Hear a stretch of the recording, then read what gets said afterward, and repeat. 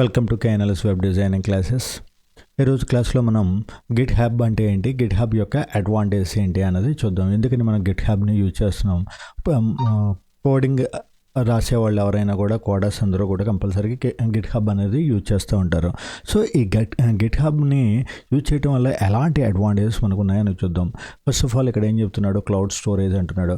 అంటే for example మీ యొక్క code అంతా కూడా మీరు ఏ ప్రోగ్రాంలో ఏ కోడ్ రాసినా, సి కానీ, జావా, పైథాన్ ఆర్ HTML ఇందులో ఏ కోడ్ రాసినా మీ డెస్క్టాప్ ఆర్ ల్యాప్టాప్లో ప్లేస్ చేసుకుంటారు. బట్ మళ్ళీ తిరిగి అది యాక్సెస్ చేయాలంటే మీకు ఖచ్చితంగా ఆ సిస్టమ్ కావాలి, ఆ డివైస్ కావాలి. అయితే మీరు అనుకోవచ్చు దాన్ని మెయిల్ చేయొచ్చు కదా అని. ప్రతిసారి కూడా అందులో ఏవో అప్డేట్స్ ఇస్తూ ఉంటారు ఆ కోడ్లో. ప్రతిసారి కూడా మీరు దాన్ని అప్డేట్ చేసి ఎన్నెన్ని మెయిల్ పెడుతుంటారో అది ఆర్గనైజ్డ్గా ఉండదు. సో ఇదేంటంటే ఆటోమేటిక్గా ఇందులో సేవ్ చేసిన తర్వాత మీకు పుల్ రిక్వెస్ట్, పుష్ రిక్వెస్ట్ అని ఉంటాయి. ఆటోమేటిక్గా ఈ కోడ్ని అప్డేట్ చేయడానికి పాసిబిలిటీ ఉంటుంది. ఎప్పటికప్పుడు రివ్యూ స్టెప్ బై స్టెప్ కూడా చేయడానికి పాసిబిలిటీ ఉంటుంది. అది నెక్స్ట్ క్లాసెస్లో మనం చెక్ చేసుకోవడానికి నెక్స్ట్ స్లైడ్స్లో మనం చూద్దాం దాని గురించి. సో దీనివల్ల అడ్వాంటేజ్ ఏమిటి, ఎక్కడి నుంచి పెడితే అక్కడి నుంచి మీరు యాక్సెస్ చేయొచ్చు. యాక్సెసిబుల్ ఫ్రమ్ ఎనీవేర్ అంటున్నాం. అదేవిధంగా సేఫ్టీ స్టోర్ అంటున్నాం. అంటే ఇక్కడ safety store in the sense మీరు దీన్ని గిట్ హబ్లో స్టోర్ చేసిన దాన్ని రెపాజిటరీ అంటాం. ఈ రెపాజిటరీని మీరు పబ్లిక్ యాక్సెస్ అయినా అవ్వచ్చు, ప్రైవేట్ యాక్సెస్ అయినా అవ్వచ్చు. ఫర్ ఎగ్జాంపుల్ మీరు మెయిల్ పెట్టారనుకోండి, ఏమవుతుంది, మెయిల్ అయితే మీరు ఎవరికి కావాలంటే వాళ్ళకి మీరు ఫార్వర్డ్ చేయాలి. ఇంటెన్షనల్గా మీరు ఫార్వర్డ్ చేస్తేనే పాసిబిలిటీ ఉంటుంది వాళ్ళు దాన్ని యాక్సెస్ చేయడానికి. వేరేజ్ ఎప్పుడైతే మనం ఇక్కడ గిట్ హబ్లో పబ్లిక్ అని చెప్పి పెట్టేసాం అనుకోండి, ఎవరు కావాలంటే వాళ్ళు దాన్ని యాక్సెస్ చేయడానికి ఈజీగా ఉంటుంది. ప్రైవేట్ పెట్టుకుంటే దానికి అంటే మీరు యాక్సెస్ కంట్రోల్ ఉంటుంది మీకు, దాన్ని పబ్లిక్ ఉంచాలా అదేవిధంగా ప్రైవేట్గా ఉంచాలా అన్నది. అదేవిధంగా this is particularly advantage during campus interviews. అంటే ఫర్ ఎగ్జాంపుల్ మీరు ఎన్ని రోజుల నుంచి చాలా ప్రాజెక్ట్స్ చేశారు, వీటిలన్నింటినీ మీరు డెమో చూపించాలి అంటే కనుక, ఎవరికైనా డెమో కింద చూపించాలి నేను ప్రాజెక్ట్స్ చేశాను అంటే, అది మనం ఆ క్యాంపస్ ఇంటర్వ్యూస్ వాటిల్లో మొత్తం వాడు ఇది అడుగుతాడు, మీ గిట్ హబ్ ఓపెన్ చేసి మీ ప్రాజెక్ట్స్ అన్ని చెక్ చేసి ఇవ్వమంటాడు. సో అదొక అడ్వాంటేజ్. అదేవిధంగా ఇంకోటి మేజర్ అడ్వాంటేజ్ ఏంటంటే, మనకి వెబ్ డిజైనింగ్ కోర్సెస్ అయి నేర్చుకునే వాళ్ళకి ఇక్కడ లైవ్ వెబ్సైట్ ప్రివ్యూస్ అంటున్నాడు. ఇక్కడ ఏమవుతుందంటే, మీరు ఏదైనా ఒక వెబ్సైట్ మీరు మీ సిస్టంలో కొన్ని HTML పేజెస్ రాశారు. ఇది మీ సిస్టంలో డైరెక్ట్గా లైవ్ సర్వర్స్తోనో లేకపోతే డైరెక్ట్గా క్రోమ్ ఓపెన్ చేసి దాంట్లో ఆ పేజెస్ ఓపెన్ చేసి చూస్తున్నారు, ఓకే. బట్ మీరు దీన్ని మీ ఫోన్లో ఎలా ఉంది అన్నది లైవ్ ప్రివ్యూ చూడాలి. దానికి మీరు ఏమనొచ్చు, లైవ్ ప్రివ్యూ చూడాలి అంటే కనుక, ఫోన్లో ఎలా ఉంది చూడాలి అంటే కనుక, మనం లాస్ట్ క్లాస్లో చెప్పుకున్నాం కదా, డెవలపర్ టూల్స్లో నుంచి మనం ఎలా యాక్సెస్ చేసుకోవచ్చు అనేది చూసాం.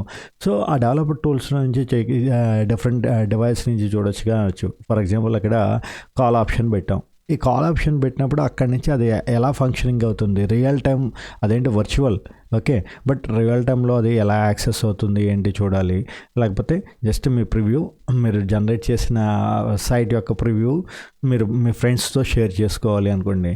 ఆ వెబ్సైట్ నుంచి ఇవ్వాలంటే దానికైతే యాక్చువల్గా ఏం కావాలి, హోస్టింగ్ సర్వీసెస్ కావాలి. బట్ ఈ హోస్టింగ్ సర్వీసెస్ అన్నవి ఏమీ లేకుండానే, మనకి ఎలాంటి హోస్టింగ్ సర్వీసెస్ లేకుండానే మనం డైరెక్ట్గా ఫ్రీగా దీని నుంచి, ఫ్రీ అంటే అన్లిమిటెడ్ యాక్సెస్ మాత్రమే ఉంటుంది. మీరు ప్రీమియం యూజర్స్ కింద పే చేసినట్లయితే కనుక మనకు కొన్ని పేమెంట్ ఆప్షన్స్ ఇస్తాడు. అప్పుడు అన్లిమిటెడ్ సైట్స్ని మీరు హోస్ట్ చేసుకోవచ్చు.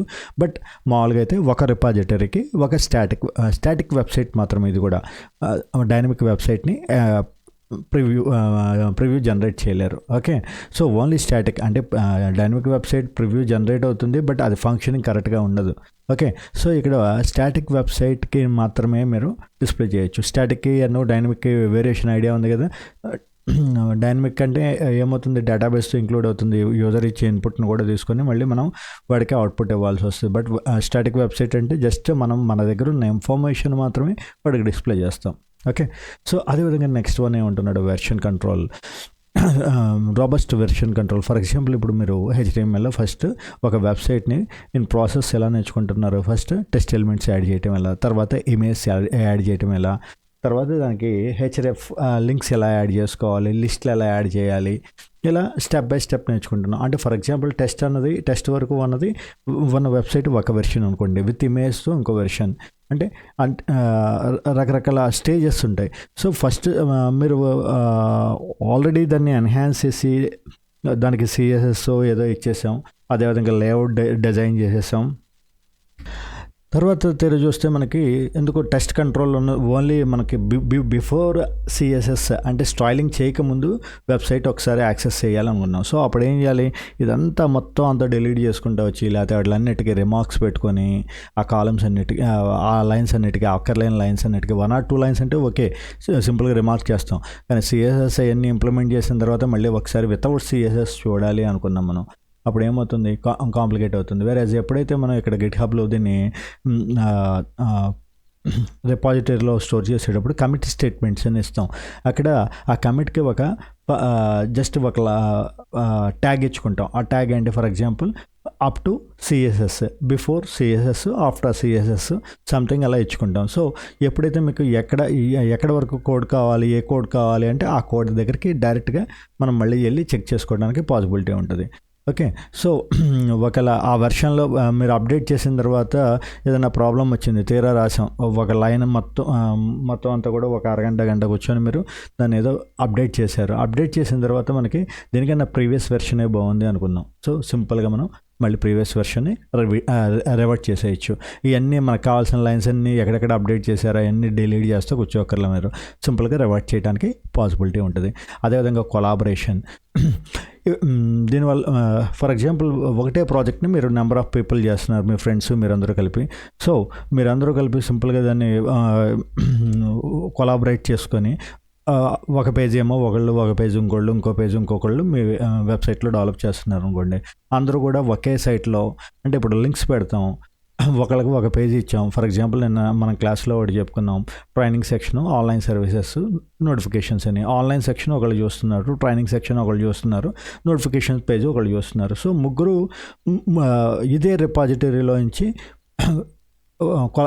షేర్ చేసుకొని ముగ్గురు కొలాబరేట్ చేసుకొని ఒకదానికి లింక్స్ ఇచ్చుకోవడం కానీ మొత్తం టీం వర్క్ కింద సింపుల్గా చెప్పాలంటే టీం వర్క్ చేసుకోవచ్చు. ఓకే, ఆ కోడ్ రివ్యూ చూసుకోవటం కానీ అదేవిధంగా ప్రాజెక్ట్స్ని మేనేజ్ చేసుకోవటం కానీ ఇదన్నీ ఈజీగా పాసిబిలిటీ ఉంటుంది. అదేవిధంగా కమ్యూనిటీ అండ్ నెట్వర్కింగ్, ఇక్కడ మెయిన్ చాలా వ్యాస్ట్ కమ్యూనిటీ ఉంటుంది. డెవలపర్స్ అందరూ కూడా చాలామంది గిట్ హబ్ యూజ్ చేస్తూ ఉంటారు. సో దానివల్ల మనకి ఏదైనా ఒక ప్రాజెక్ట్ ఏదైనా కావాలి అంటే ఒక ఐడియాకి ఓపెన్ సోర్స్ ప్రాజెక్ట్స్ కూడా ఉంటాయి.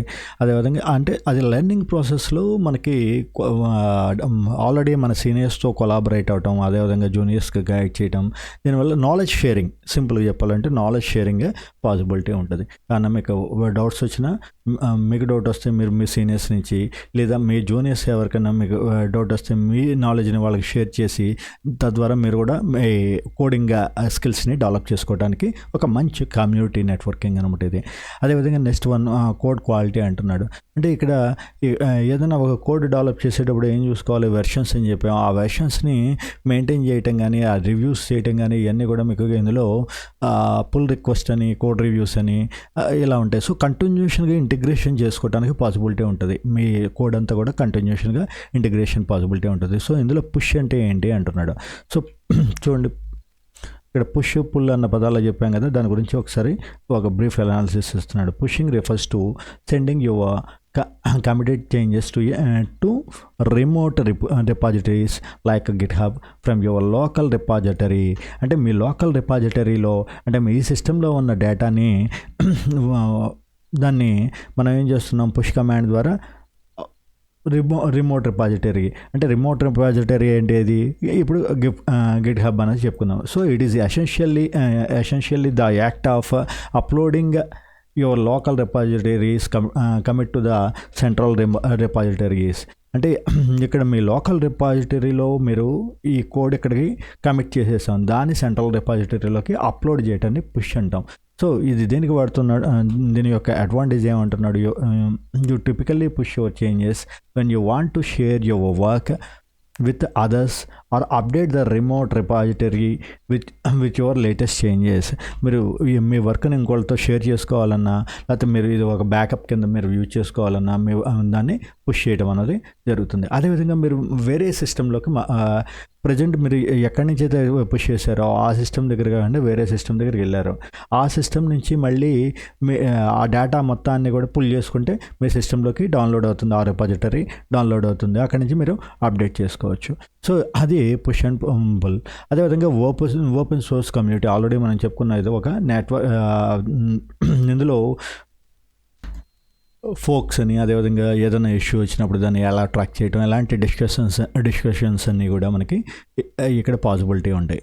ఇది గిట్ హబ్కి సంబంధించిన information. Okay, so Git hub వల్ల అడ్వాంటేజ్ ఏమని చెప్తున్నా, ఒకటి క్లౌడ్ మీ డేటాని రిమోట్ సర్వర్స్లో స్టోర్ చేసుకుంటాం సేఫ్టీగా.